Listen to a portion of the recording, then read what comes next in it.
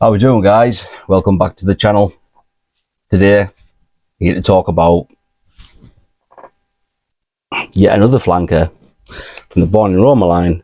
Brand new release, Born in Roma Extradose. So if you're at all curious on what I think about this fragrance, then stick around.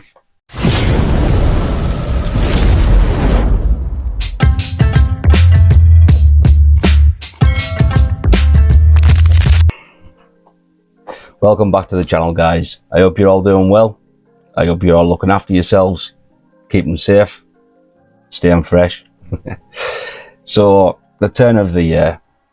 Now, I don't know if you've been in the fragcom space for very long, if you've been an enthusiast for any length of time, but there's a pattern that's almost always repeated, and that is the regularity of releases and whereabouts they fit in the year. Where in the year, in the position of the year, are the most drops. So we'll see a lot now in the first few months of the year, and the turn of the year usually sees, you know, the release of well-established lines dropping a new flanker, and we've seen that already, you know. So here we are with the Born in Roma line dropping their latest release. Now, shout out to Jovan from Novel Perfumes and Novel Fragrances. Sorry, Jovan, it slipped my mind. I think it's Novel Perfumes.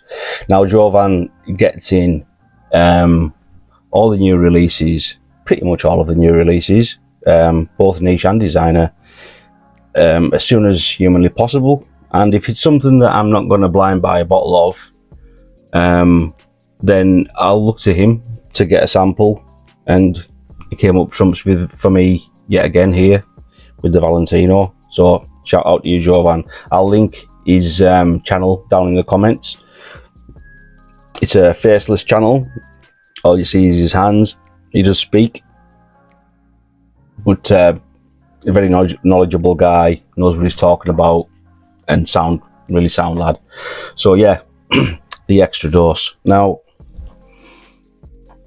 I wore it yesterday and the day before, doing a side-by-side comparison. I'll just spray on the strips to refresh my memory. So that's the Extradose. I've also got the Intense and the original Uomo here. Now, unlike with Green Extravaganza, Coral Fantasy, Yellow Dream, the original and the Intense is a continuation of the original. I mean, they look so much alike.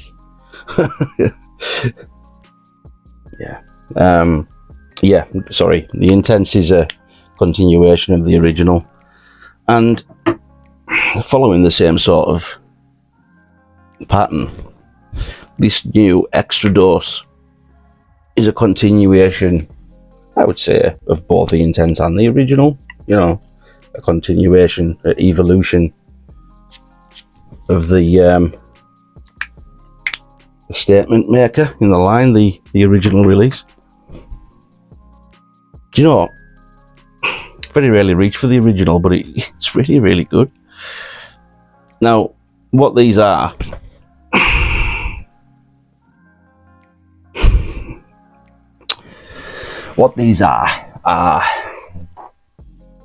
a bubblegummy scent.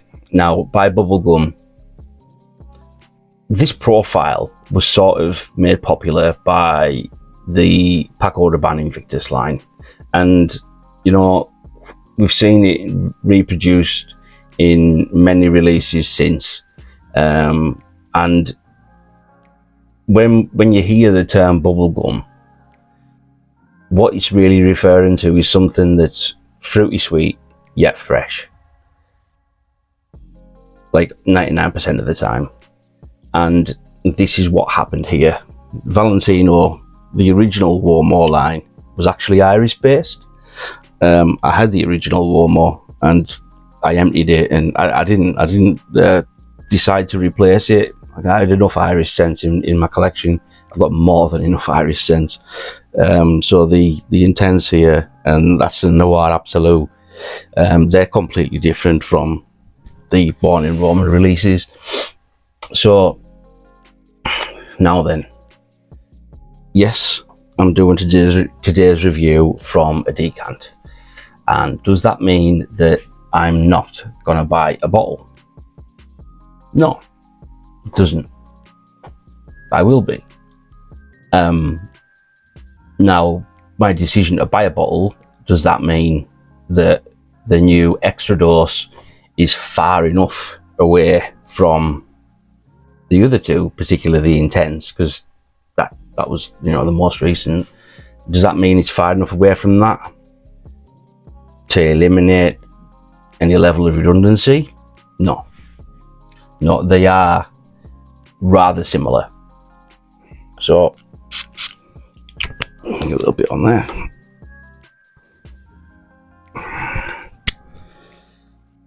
Give this a few minutes to settle in. So, as I said, the bubblegum sort of thing, it was, as I said, made popular by the Invictus line. Now, in the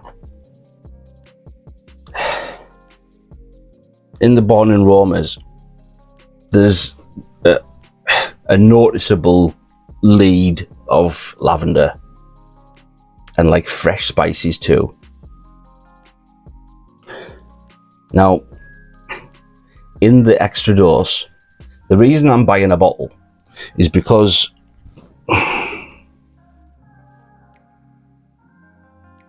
I'm roughly half left on the Intense, and if they came out at the same time, I would have just bought the Extradose. The reason being, it's not as sweet. I think the vanilla that's in the Born in Roma Intense has either been removed or dialed far enough back that it's barely noticeable. And much like with Invictus, and I don't ever hear anybody say this, so I don't know whether it's my nose picking up on stuff that isn't there or I'm misinterpreting a certain element of the composition, but much like with Invictus, I get it with House as well, just a little bit though. I get it more so with Invictus Parfum. I detect a smokiness, like, and not even in a traditional incensey sort of way. Like, it's just, and it's not much, it's just there, and I get it more in here.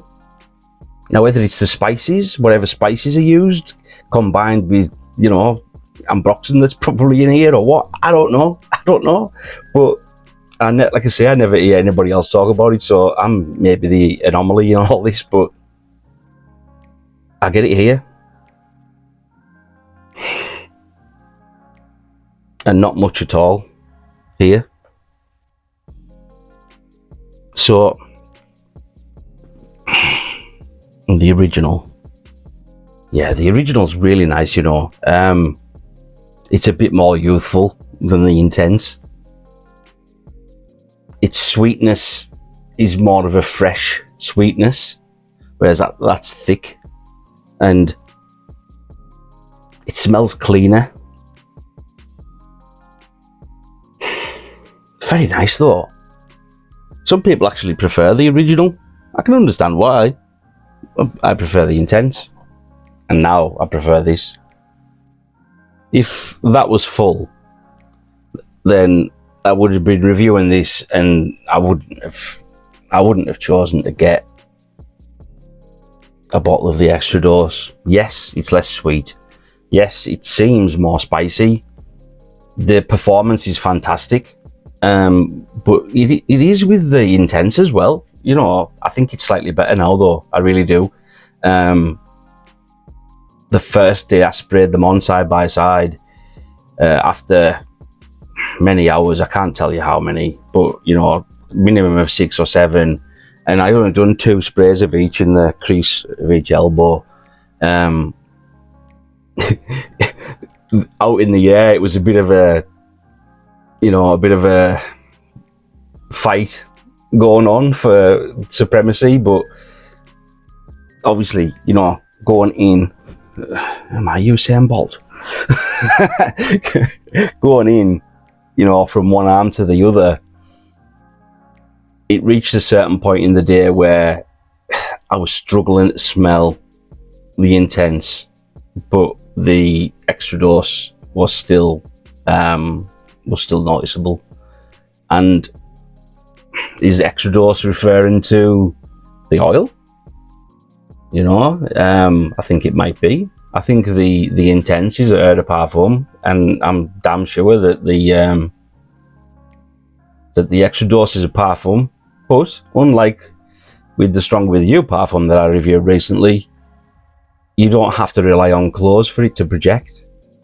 It's obviously down to the scent profile and the composition of the fragrance. You know, the fact that it's a fresh, spicy, probably some ambroxan in there, helping it, maybe some Isoi Super, I don't know. The note breakdown, bit of a joke. 3-note breakdown again, like we're used to seeing. You've got like spicy notes, lavender and woody notes. That's all you've got. I do think there's some vetiver in here. It's more apparent, like, it's really good that, you know. Yeah, and the intense is much sweeter, but still very, very good. Yeah. I think this is more mature, and that because of the lack of sweetness. But I still love this, you know. There is a little bit of a weirdness about this, even though I prefer it. Almost aquatic, like salty aquatic, you know. But somewhere in the background might be the ambroxan. Yeah, but here we are. Like I say, there is a strong level of redundancy. If you've got the intense, I would not blind buy this. I wouldn't like for you to be disappointed grabbing a bottle and thinking, you know, I can't tell the difference. Well, you can't tell the difference, but there isn't enough of a difference to own both. As I'll repeat what I said earlier on, if I didn't have only half a bottle of that, and let's be real, I probably shouldn't need to anyway because of the size of the collection, but I do decants for people, and you know, every now and again someone asks for that. So, and I'm a bit of a collector as well, aren't I? But you know, if you're not like me and you're a reasonable, sensible person, I definitely would recommend sampling it. And if you think there's enough of a difference and you don't mind owning both, then by all means go ahead and buy it. But there is a strong element of redundancy. Don't know why I bothered with the strips.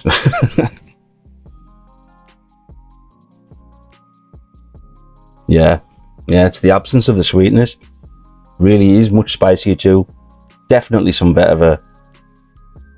I think slightly earthy. The 3-note breakdown is an absolute joke.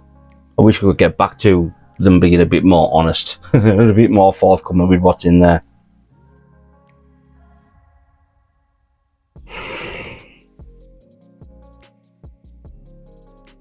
Yeah, I mean, I've never actually reviewed the intense, so I've never had to think about giving it a score. But if I did, it would be an 8. This would probably be an 8.5. Nothing new, nothing exciting, nothing inventive, nothing groundbreaking. A bit boring, if I'm honest. But there's always a place in anyone's collection for a boring grab and go fragrance, and I don't mind having loads of, I mean, these aren't really aimed at people my age.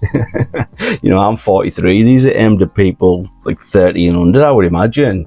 But I'm still a kid at heart anyway. But I'll also wear stuff that's aimed for the much more mature gentleman.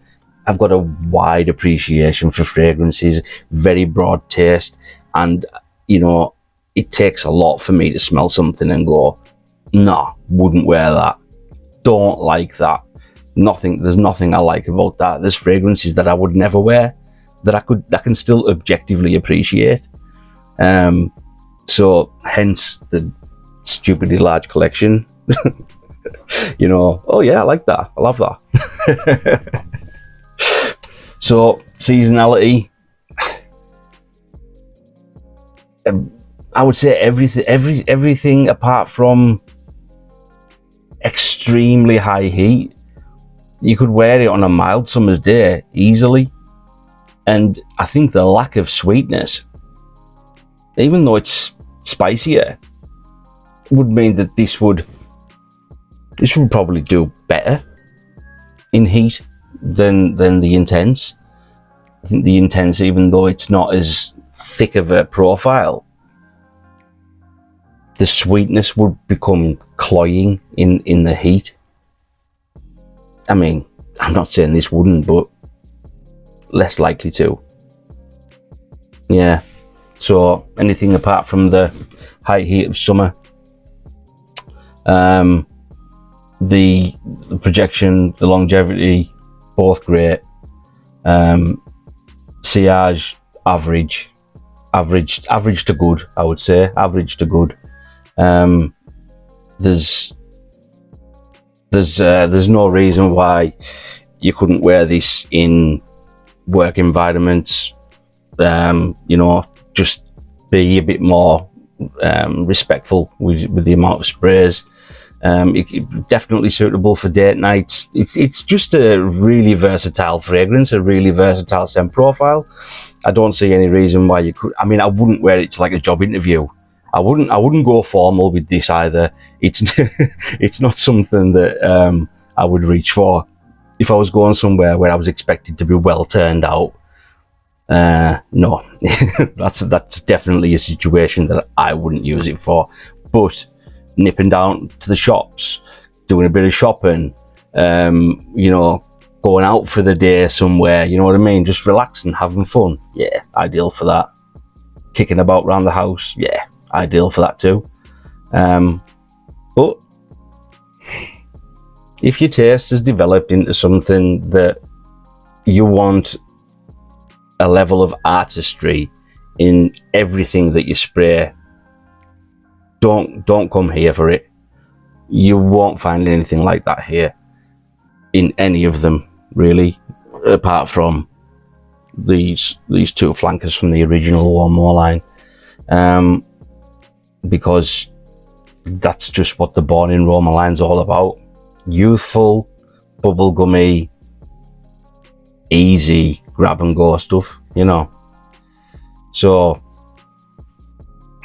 yeah, it's nothing groundbreaking, but it smells very good. So that'll do for today, guys. I'm going to try and get at least samples. Sometimes I'll get bottles if I think it's blind buy worthy of the new releases that are coming out this year. I might be a little bit behind sometimes, depending on my work schedule and stuff like that, but I'll try and at least get my opinion across and break it down for you so you can make a decision whether or not you should at least try it. And that's what I'm in this game for, isn't it? Sharing my opinion. Doesn't mean I'm right though, you know what I mean? Always trust your own nose and your own skin. So thanks again for stopping by today, guys. Like I say every time, if you're liking the content, make sure you hit the like button down below. If you haven't already and you are liking the content, make sure you hit subscribe and hit the bell notification so that you can be notified next time I upload some scented nonsense. See you next time, guys.